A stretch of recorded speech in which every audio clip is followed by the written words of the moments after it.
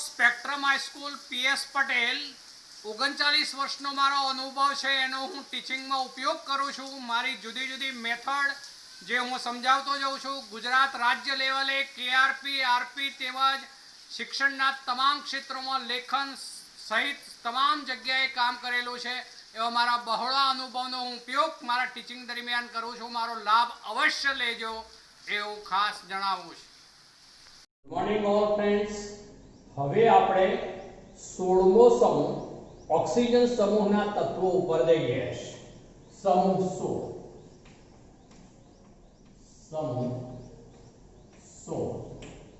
જે ઓક્સિજન સમૂહ છે, ચાલ્કોજન સમૂહ. ઓક્સિજન સમૂહ જેને ચાલ્કોજન પણ કહેવાય. ચાલ્કોજન. ચલો, એમાં ઓક્સિજન, પછી સલ્ફર, પછી સેલેનિયમ, પછી ટેલ્યુરિયમ, પછી પોલોનિયમ અને છેલ્લે છે લિવરમોરિયમ. ચલો, આ ઓક્સિજન પરમાણ્વીય ક્રમાંક 8. ચલો, 8 માં 8 ઉમેરીશું એટલે સલ્ફર પરમાણ્વીય ક્રમાંક 16. પછી 16 માં 18 ઉમેરીશું એટલે આ જે છે એ સેલેનિયમ થશે 34. નામ એનું સેલેનિયમ. ચલો, આ જે છે એમાં ફરીથી 18 ઉમેરીએ એટલે થશે 52. આને કહેવાય છે ટેલ્યુરિયમ. ચલો, પછી 52 માં હવે 32 ઉમેરીશું એટલે થશે 84. આને કહેવાશે પોલોનિયમ. અને એમાં ઉમેરીશું ફરીથી 32 એટલે આ 116 થઈ જશે. 116. આને કહેવાશે લિવરમોરિયમ. LV લિવરમોરિયમ. ચલો, આ ઓક્સિજન પરમાણ્વીય ક્રમાંક 8 એની ઇલેક્ટ્રોન રચના લખીએ શોર્ટ રીતે તો હિલિયમ, પછી 2s2 હોય, પછી 2px 2py 2pz. ચલો, આમાં x માં 2 ઇલેક્ટ્રોન, y માં 1 ઇલેક્ટ્રોન, z માં 1 ઇલેક્ટ્રોન. ચલો, આ 2 2 4 2 6 7 અને 8. ચલો, પછી સલ્ફર ઉપર આવીએ છે તો નિયોન એક ક્વોન્ટમ વધારવાનો, ખાલી જ્યાં 8 નો તફાવત હોય ત્યાં માત્ર એક ક્વોન્ટમ વધારવાનો. 3s2 3px2 3py1 અને 3pz1. ચલો, હવે 18 નો તફાવત આવ્યો મિત્રો. જ્યાં 18 નો તફાવત આવતો હોય ત્યાં વચ્ચે ડી કક્ષક ઉમેરવી પડે. ડી ની શરૂઆત કયા ક્રમથી થાય તો 3d થી, ત્રીજા ક્રમથી. માટે અહીંયા આવશે આર્ગોન Ar. ચલો, પછી આવે 3d10. પછી આમાં એક ક્વોન્ટમ વધારી દેવાનો. 4s2 4px2 4py1 અને 4pz1. ચલો, હવે ફરીથી 18 નો તફાવત છે તો આર્ગોન પછી આવશે ક્રિપ્ટોન Ar. પછી એક ક્વોન્ટમ વધારી દેવાનો. 4d10 5s2 પછી 5px2 5py1 5pz1. ચલો, પછી આવે પોલોનિયમ છે. 32 નો તફાવત આવ્યો મિત્રો. 32 નો તફાવત આવતો હોય ત્યાં F કક્ષક વચ્ચે ઉમેરવી પડે. F ની શરૂઆત ચોથા ક્રમથી થાય. એટલે હવે ક્રિપ્ટોન પછીનું તત્વ આવે ઝેનોન, નિષ્ક્રિય વાયુ. પછી પહેલા આવે 4f14, પછી 5d10, પછી 6s2 6px2 પછી 6py1 6pz1. જો આ 54 ને 10 64 ને 4 68 68 ને 10 71 71 ને 2 80 80 ને 2 82 ને 2 84. બરોબર. ચલો, એક પોલોનિયમ. પછી લિવરમોરિયમ LV સંજ્ઞા છે મિત્રો. LV. ચલો, હવે ઝેનોન પછી આવે રેડોન Rn. ચલો, આમાં ક્વોન્ટમ દરેકમાં વધારવું પડે એટલે એમાં થાય 5f14, પછી આવે 6d10, પછી આવશે 7s2, 7px2, 7py1 અને 7pz1. હવે જો આમાં છે 86, 86 4 90 10 100 110 112 114 116, તો એનો પરમાણુય ક્રમાંક 116 છે મિત્રો. તો આ બધા સમૂહના તત્વો જે છે એક ચાલ્કોજન તરીકે ઓળખાય છે. આમ તો પિત્તળ જે છે એને ગ્રીક ભાષામાં ચાલ્કોજન એવું કહેવાય છે.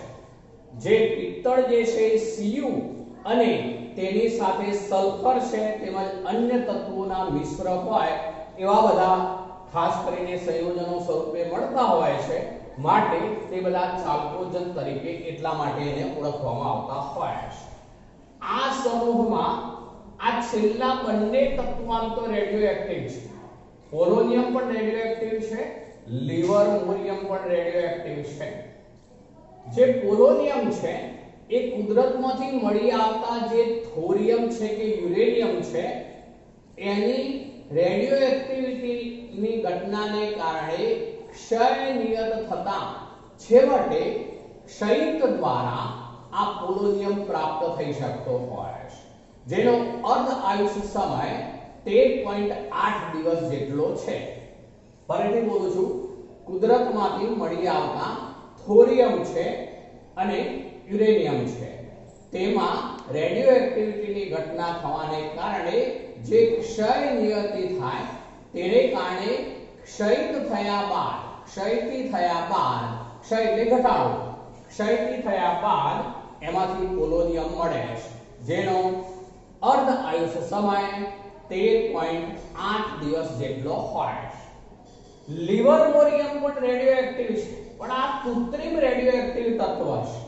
સંપૂર્ણપણે કૃત્રિમ રીતે બનાવવામાં આવેલું રેડિયોએક્ટિવ તત્વ છે, જેનો પરમાણુય ક્રમાંક 116 છે. જ્યારે એનો દળ ક્રમાંક કહીએ અથવા પરમાણુય ભાર કહીએ તો એ 292 છે. પરમાણુય ભાર એનો 292 છે.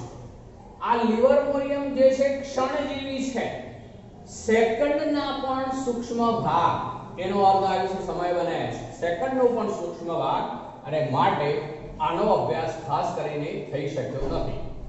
ચલો, શરૂઆતના બંને તત્વો જે છે ઓક્સિજન અને સલ્ફર એ અધાતુ તત્વો છે, અધાતુ છે.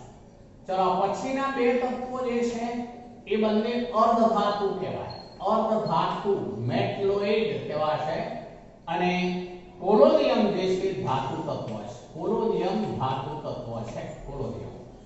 ચલો, હવે આ બધા તત્વોની વાત કરીએ, એમના પ્રાપ્તિ સ્થાન. તો ઓક્સિજન એવું તત્વ છે કે પૃથ્વી પર સૌથી વધુ પ્રચુરતા ધરાવતું તત્વ ઓક્સિજન છે. પૃથ્વી પર સૌથી વધુ પ્રચુરતા ધરાવતું તત્વ ઓક્સિજન છે. પૃથ્વીનો જે પોપડો કહેવાશે પણ એની અંદર ઓક્સિજનનું પ્રમાણ લગભગ 46.6% આસપાસ છે. પૃથ્વીના પોપડાની અંદર ઓક્સિજનનું પ્રમાણ જે છે 46.6% આસપાસ છે. હવાની અંદર ઓક્સિજન જે છે ડાયોક્સિજન તરીકે આપણે ઓળખીએ છીએ, તો એ ઓક્સિજનનું પ્રમાણ જે છે એ 20.946% કદથી છે. હવાની અંદર કદથી ઓક્સિજનનું જે પ્રમાણ છે એ 20.946% છે. એટલે ઓક્સિજન મહત્તમ પ્રમાણમાં મળી આવતું, વધુ પ્રચુરતા એટલે પ્રમાણ ધરાવતું, સૌથી વધુ પ્રચુરતા ધરાવતું તત્વ છે. સલ્ફરની વાત કરીએ તો સલ્ફર જે છે ખાસ કરીને સલ્ફેટ સંયોજનો સ્વરૂપે વધુ પ્રમાણમાં મળી આવવાની શક્યતા છે. જેમાં એક કહું છું પહેલા હું, જીપ્સમ.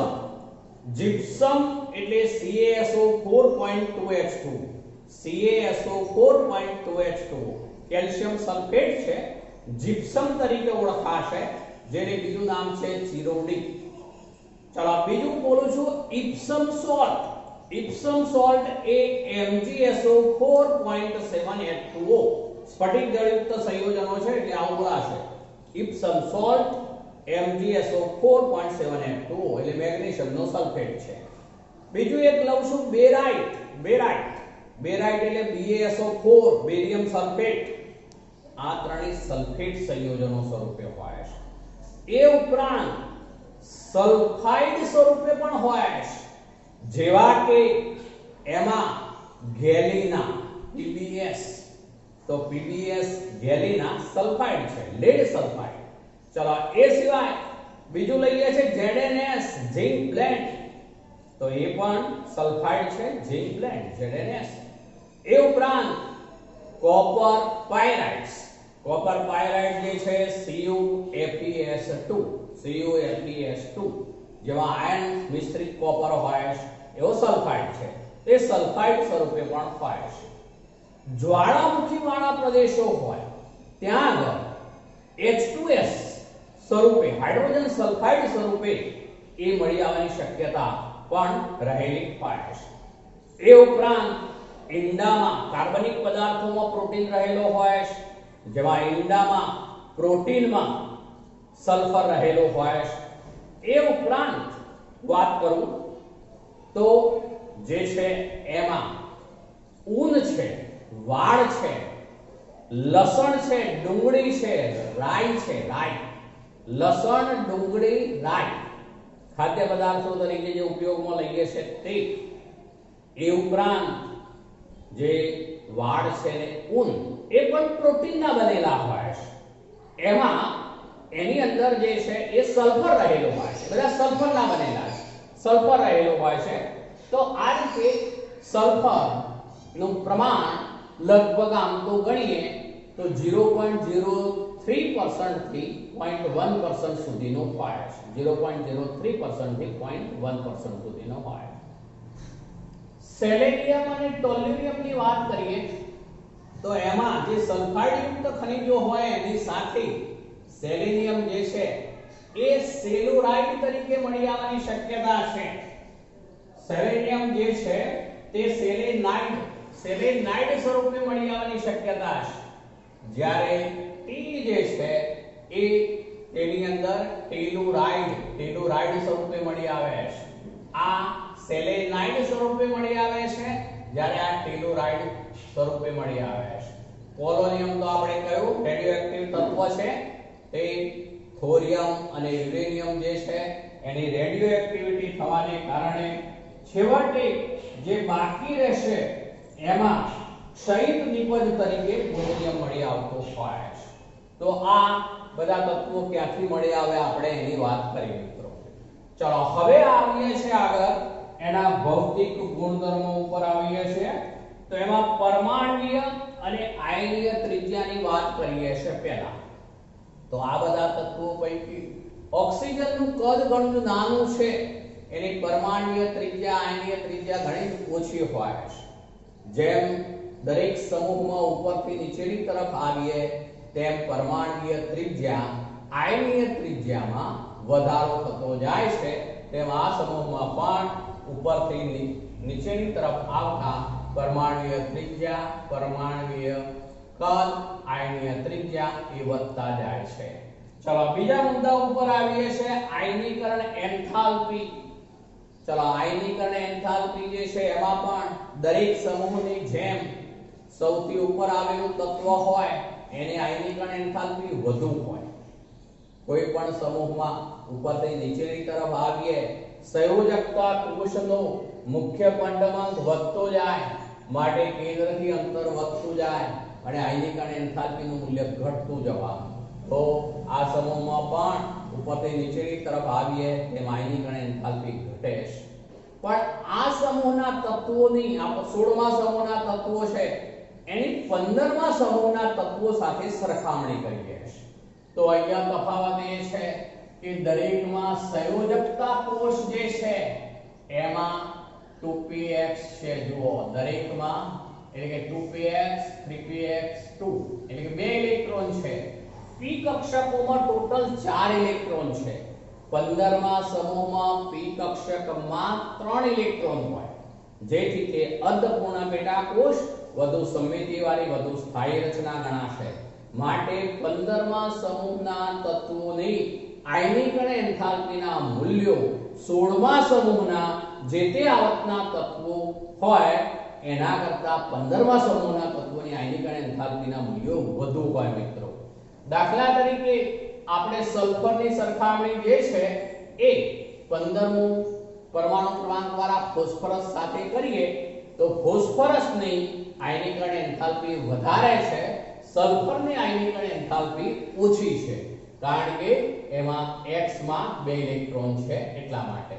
એટલે આમાંનો એક ઇલેક્ટ્રોન એ સરળતાથી મુક્ત કરી શકશે.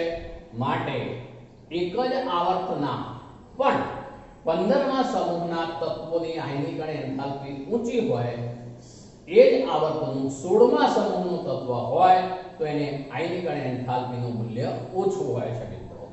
ચાલો તો આ આયનીકરણ એન્થાલ્પીની વાત કરી. હવે આવશું વિદ્યુત ઋણતા.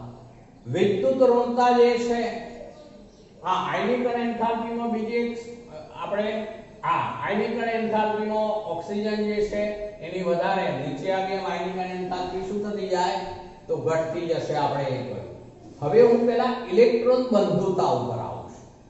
ચલો ઇલેક્ટ્રોન બંધુતા જે છે એમાં ઓક્સિજનની ઇલેક્ટ્રોન બંધુતા સલ્ફર કરતા ઓછી છે. ફરીથી બોલું, ઓક્સિજનની ઇલેક્ટ્રોન બંધુતા સલ્ફર કરતા ઓછી છે.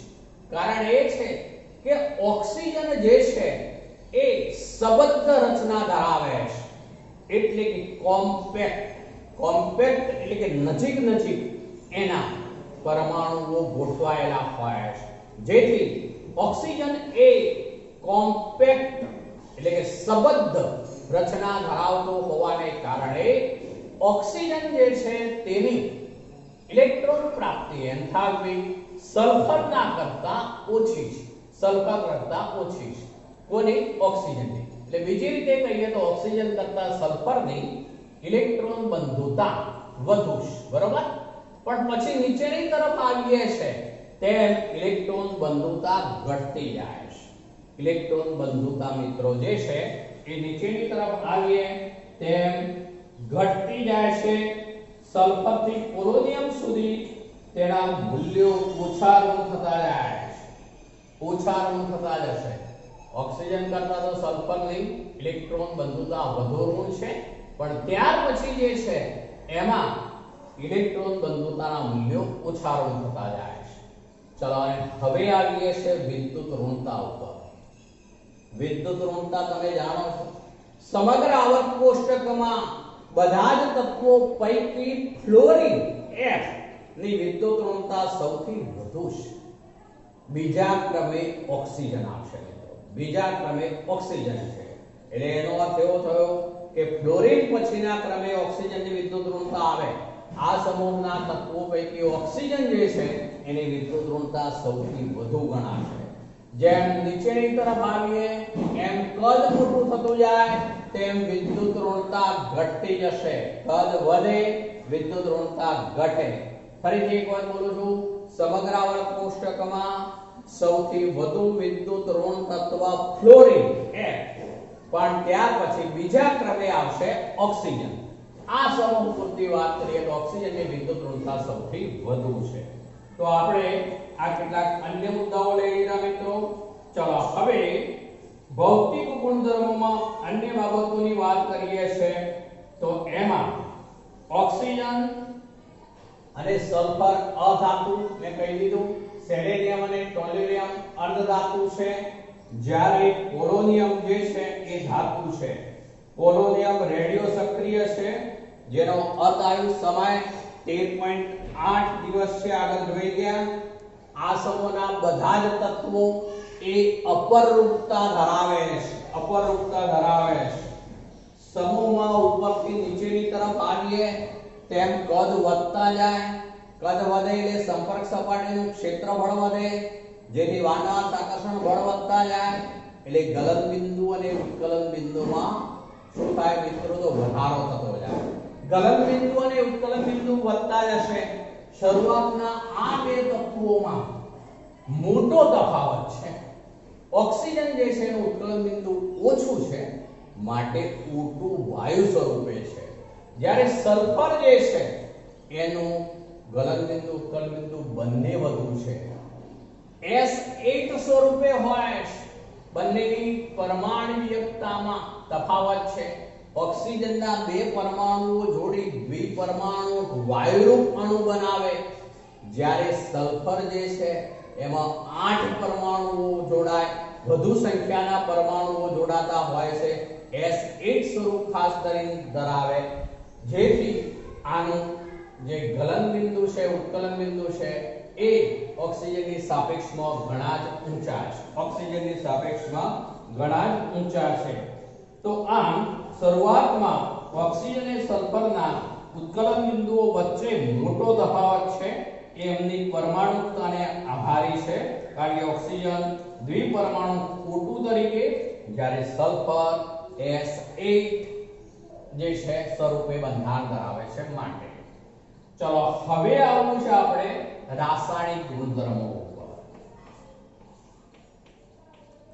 રાસાયણિક ગુણધર્મો.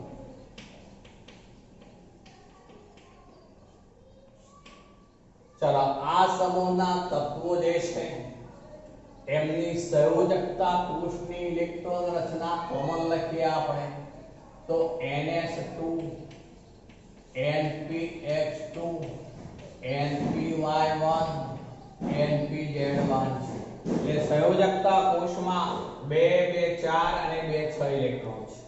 એને અષ્ટક પૂરું કરવામાં 2 ઇલેક્ટ્રોન ખૂટે છે માટે આ સમૂહના તત્વો મોટા ભાગે -2 ઓક્સિડેશન અવસ્થા ધરાવતા સંયોજનો બનાવે છે. ફરીથી એકવાર બોલું છું, આ સમૂહના તત્વોની સંયોજકતા કોષની ઇલેક્ટ્રોન રચના NS2 NPX2 NPY1 NPZ1 પ્રકારની છે. એની સંયોજકતા કોષમાં 2 2 4 અને 2 6 ઇલેક્ટ્રોન છે. અષ્ટક પૂરું કરવામાં 2 ઇલેક્ટ્રોન ખૂટે છે માટે તેઓ ખાસ કરીને -2 ઓક્સિડેશન અવસ્થાઓ વધારે પ્રમાણમાં દર્શાવશે. પણ જેમ ઉપરથી નીચેની તરફ આવીએ તેમ આવી -2 ઓક્સિડેશન અવસ્થા પ્રાપ્ત કરવાની વૃત્તિ ઘટતી જાય છે. -2 ઓક્સિડેશન અવસ્થાની સ્થાયીતા ઘટતી જાય છે ઉપરથી નીચેની તરફ આવીએ તેમ. પોલોનિયમમાં ભાગ્યે જ -2 ઓક્સિડેશન અવસ્થા જોવા મળે છે.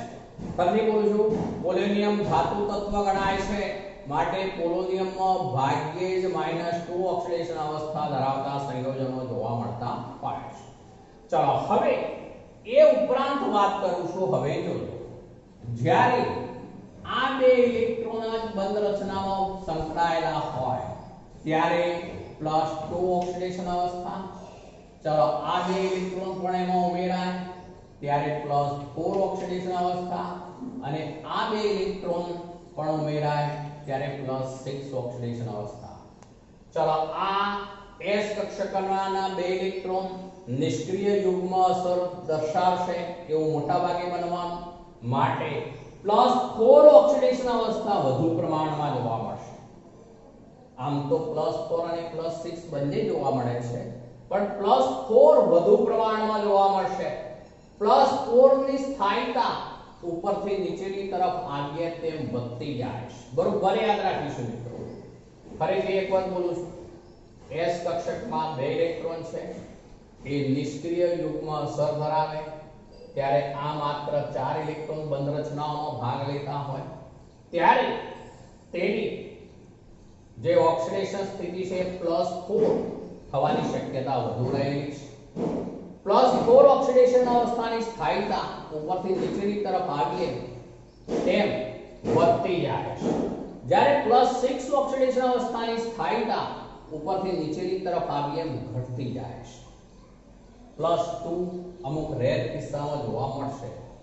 દાખલા તરીકે આપણે આવા 2 બીજા ઓક્સિજનના 2 સંયોજનો લઈએ છે.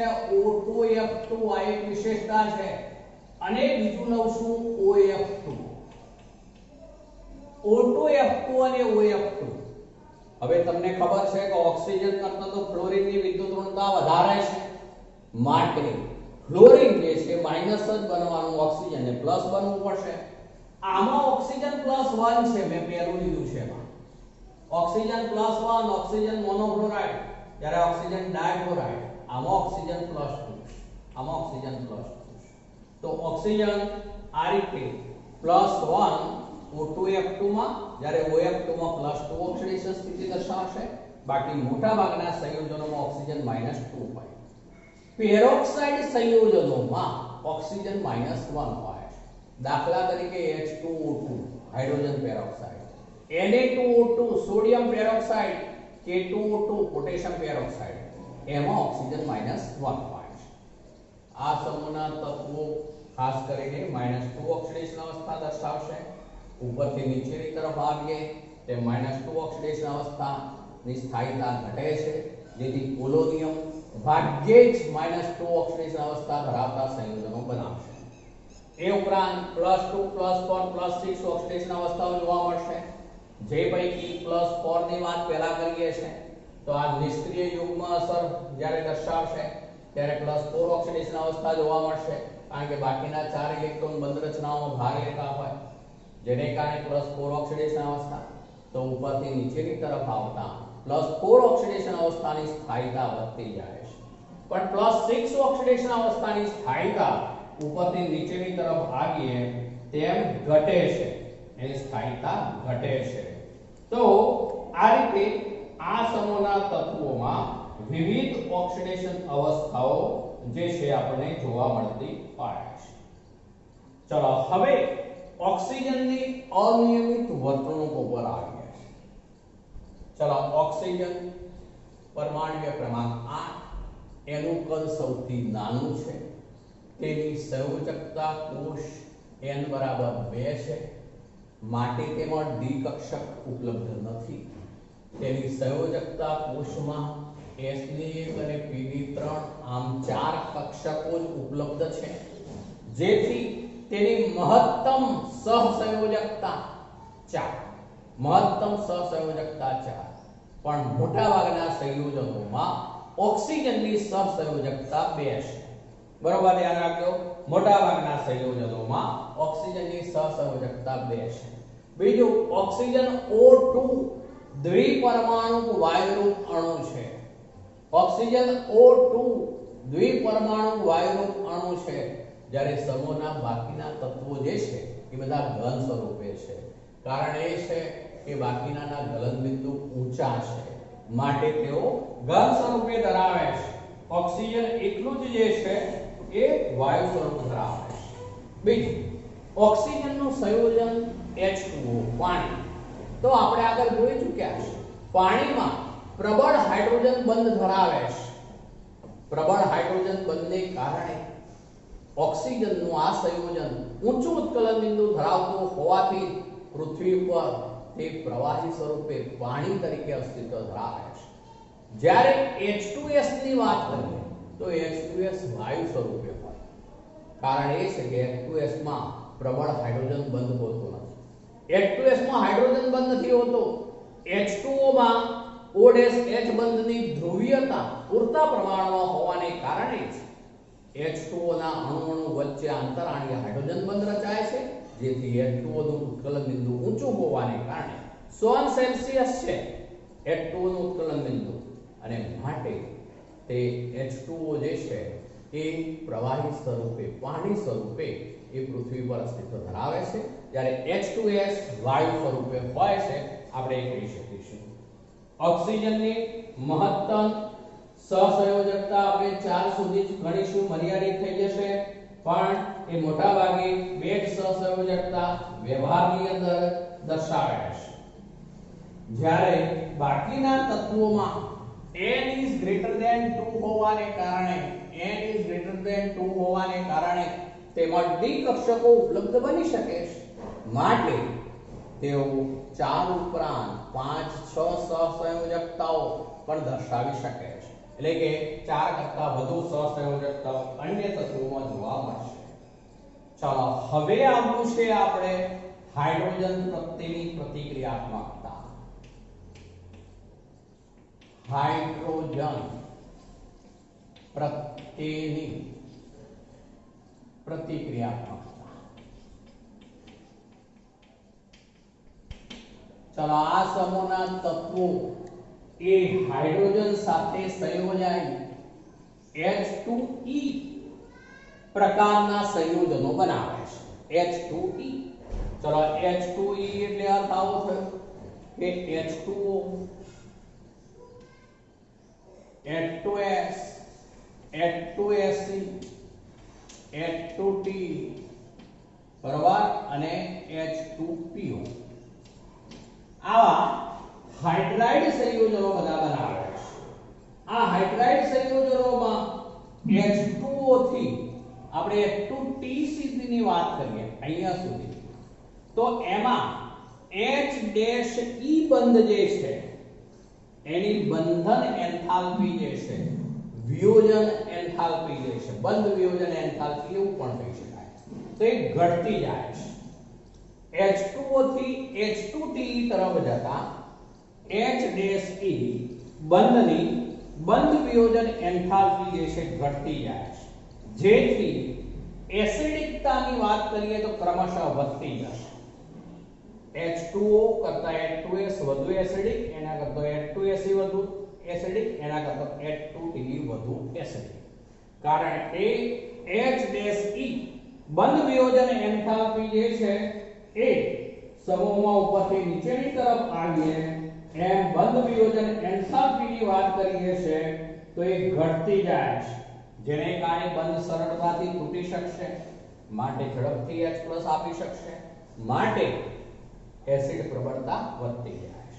ચલો એ જ રીતે જે ઝડપથી H+ મુક્ત કરે તો બીજાનું રિડક્શન ઝડપથી કરાવશે માટે રિડક્શન કરતા વૃત્તિ પણ વધતી જાય છે. સ્થાયિકતા કહીએ તો ઘટે છે. વિયોજન એન્થાલ્પી અને સ્થાયિકતા બંને સાથે સંબંધ ધરાવશે. વિયોજન એન્થાલ્પી પણ ઘટે છે, સ્થાયિકતા પણ ઘટે છે પણ જેને કારણે એસિડિક ગુણધર્મ વધતો જાય છે સાથે રિડક્શન કરતા વૃત્તિ પણ વધતી જાય છે. રિડક્શન કરતા વૃત્તિ પણ વધતી જાય છે. બંધ ઝડપથી તૂટી જાય એટલે ઉષ્મીય સ્થાયિકતા એટલે હીટ આપીએ તો આ જલ્દી તૂટી જવાનું આનો બંધ માટે ઉષ્મીય સ્થાયિકતા કહીએ તો એ H2O થી H2PO તરફ જતા એ ઘટતી જાય છે. બધા હાઇડ્રાઇડ સંયોજનો રિડક્શન કરતા ગુણધર્મો ધરાવશે કારણ કે સરળતાથી હાઇડ્રોજન મુક્ત કરશે. એ હાઇડ્રોજન અન્યમાં ઉમેરાય એટલે રિડક્શન કરતા વૃત્તિ જે છે એ વધતી જવાની અર્થ એવો થશે H2S થી H2T તરફ જતા રિડક્શન કરતા વૃત્તિ વધે છે. એટલે બધાનો એક બીજા સાથે સંબંધ છે.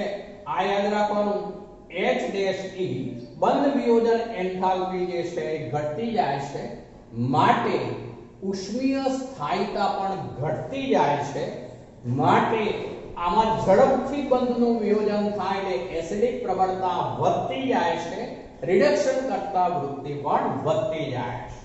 ચલો હવે આવીએ છીએ આપણે ઓક્સિજન સાથેની પ્રતિક્રિયાત્મકતા. ચલો ઓક્સિજન સાથેની પ્રતિક્રિયાત્મકતા. ઓક્સિજન સાથે ચલો ઓક્સિજન સાથેની પ્રતિક્રિયાત્મકતામાં આ સમૂહના તત્વો EO2 અને EO3 આવા ઓક્સાઇડ બનાવે છે. EO2 dioxide, EO3 trioxide. તો એ ડાયોક્સાઇડ અને ટ્રાયોક્સાઇડ બંને બનાવશે. EO2 માં E ની ઓક્સિડેશન સ્થિતિ +4 છે જ્યારે EO3 માં E ની ઓક્સિડેશન સ્થિતિ +6 ગણાશે. +4 ઓક્સિડેશન સ્થિતિ કરતા +6 ઓક્સિડેશન સ્થિતિ વધુ એસિડિક છે. આ તમામ ઓક્સાઇડ ડાયોક્સાઇડ અને ટ્રાયોક્સાઇડ એસિડિક ઓક્સાઇડ છે. બધા જ એસિડિક ઓક્સાઇડ છે પણ ટ્રાયોક્સાઇડ જે છે એની એસિડિકતા ડાયોક્સાઇડ કરતા વધુ હોય છે. ચલો આમાં આપણે ઓક્સિજન લઈએ તો O3 કહેવાશે એટલે ઓઝોન કહેવાશે O3. જ્યારે બાકીના તત્વો માટે જે છે એમાં SO2 સલ્ફર ડાયોક્સાઇડ.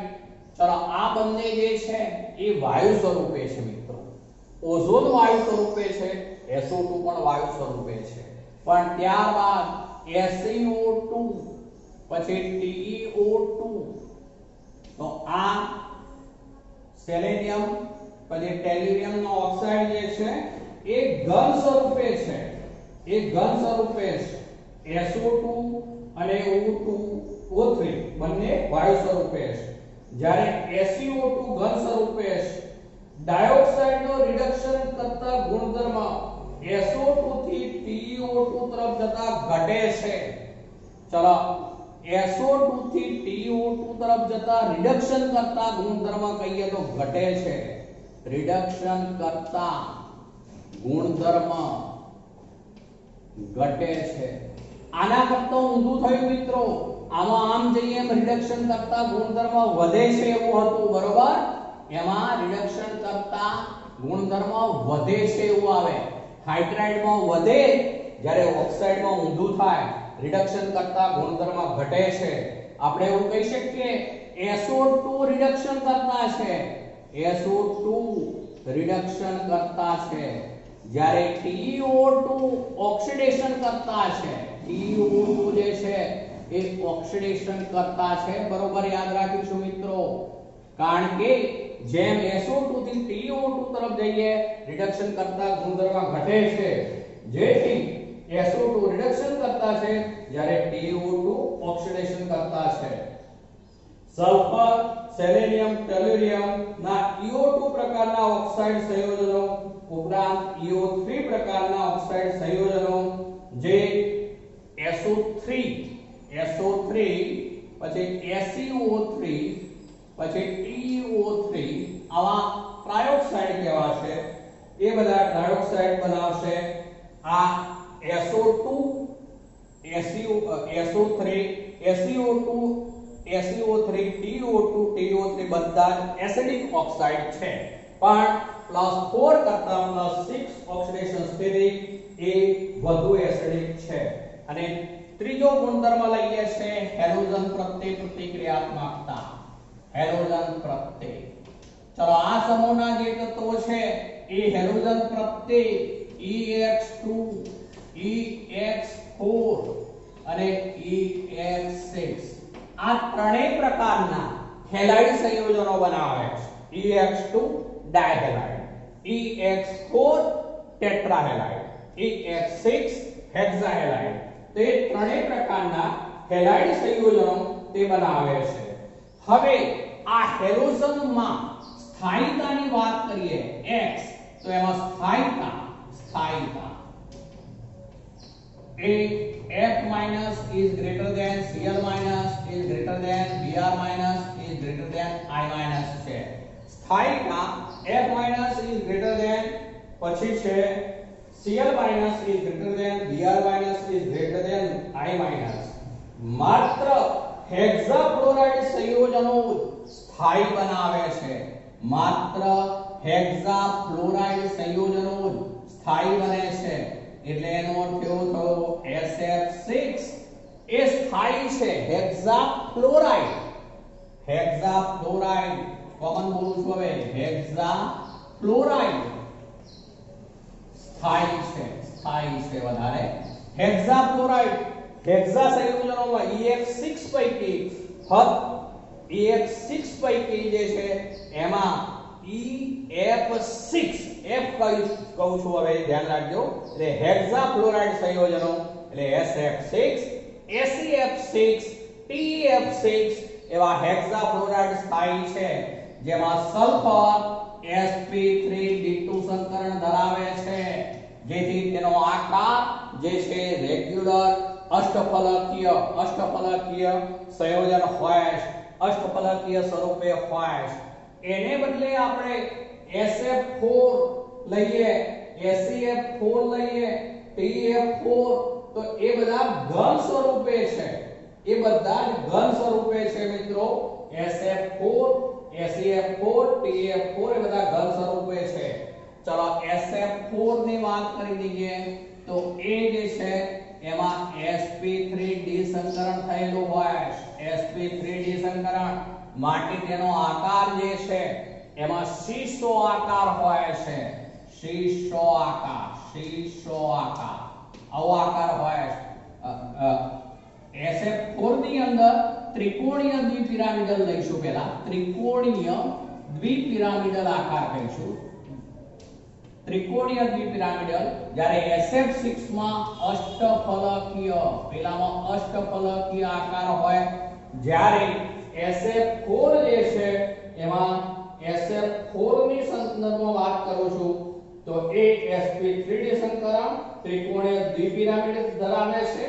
જો કે એમાં એક અબંધકારક ઇલેક્ટ્રોન યુગ્મ દ્વારા નિરક્ષીય સ્થાન રોકાયેલો હોવાને કારણે જ તેનો આકાર સીસો બને છે. તેનો આકાર સીસો બનવાનું કારણ એ છે, એટલે કે આવો આકાર હોય મિત્રો SF4 આવો આકાર ધરાવે એવું કહેવાય. તો એ સીસો આકાર એટલા માટે કે એનો આ બંધ જે છે ત્યાં આગળ એક નિરક્ષીય બંધને બદલે અબંધકારક ઇલેક્ટ્રોન યુગ્મ રહેલું હોય છે. તો એમાં sp3d સંકરણ થયું, ત્રિકોણીય દ્વિપિરામિડલ, સીસો આકાર કહીશું એનો, કારણ કે એક નિરક્ષીય બંધ છે. એટલે જો આપણે આની સાથે ગણીએ તો ત્રિકોણીય દ્વિપિરામિડલ ગણાય, પણ આ અબંધકારક ઇલેક્ટ્રોન યુગ્મ હોવાને કારણે તેનો આકાર સીસો હોય છે, જેને ચીચવો કહેવાય મિત્રો. પેલા નાના બાળકો ઝૂલો જે ઝૂલતા હોય છે એના જેવો આકાર છે, એનો આપણે એવું કહી શકીશું. તો એ SF4 ઓક્સિજન સિવાયના બધા તત્વો ડાયક્લોરાઇડ સંયોજનો અને ડાયબ્રોમાઇડ સંયોજનો બનાવે છે. ઓક્સિજન સિવાયના જે છે બધા ડાયક્લોરાઇડ અને ડાયબ્રોમાઇડ સંયોજનો બનાવે છે, જેમાં મધ્યસ્થ પરમાણુ sp3 સંકરણ પામેલ હોવાથી તે સમચતુષ્ફલક બંધારણ ધરાવે છે. S2F2 માનો કે S2F2. તો એમાં sp3 સંકરણ થયું, sp3 સંકરણ માટે સમચતુષ્ફલકીય રચના ધરાવે. SF એમાં S2F2, એ જ રીતે S2Cl2, S2Br2, Ac2Cl2, Ac2Br2 આ બધા દ્વિઅણુ હેલાઇડ તરીકે ઓળખાશે, જે ખૂબ જ જાણીતા મોનો હેલાઇડ સંયોજનો છે, જેમાં મધ્યસ્થ પરમાણુ sp3 સંકરણ પામેલ હોય છે, સમચતુષ્ફલકીય રચના ધરાવે છે. આવા સંયોજનો જે છે એમાં વિષમીકરણ પ્રક્રિયા થવાની શક્યતા રહેલી છે મિત્રો.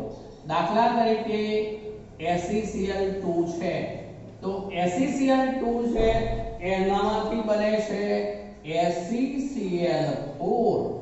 AcCl2 માંથી AcCl4 બને છે, અને બીજું બની જશે એ દરમિયાન મિત્રો Ac2Cl2 છે. Ac2Cl2 એટલે એમાંથી AcCl4 બને અને બીજું 3Ac બને, 3Ac. અહીંયા Ac2Cl2 માં આપણે Ac જે છે એને ઓક્સિડેશન સ્થિતિ ગણીએ તો એ +1 છે એવો અર્થ થશે મિત્રો. Cl-1 એટલે Ac+1 એવો અર્થ થયો. આમાં Ac+4, જ્યારે આમાં Ac 0 ઓક્સિડેશન સ્થિતિ, એટલે અર્થ એવો થયો કે Ac+1 માંથી જે 0 બને છે ઘટાડો થયો એટલે રિડક્શન છે, જ્યારે Ac+1 માંથી +4 થયું તે ઓક્સિડેશન છે. આમ આ વિષમીકરણ પ્રક્રિયા છે. તો આવા હેલોજન પ્રત્યે આવા ત્રણેય પ્રકારના હેલાઇડ સંયોજનો બનાવે છે. મિત્રો આજે આટલે સુધી રાખીએ.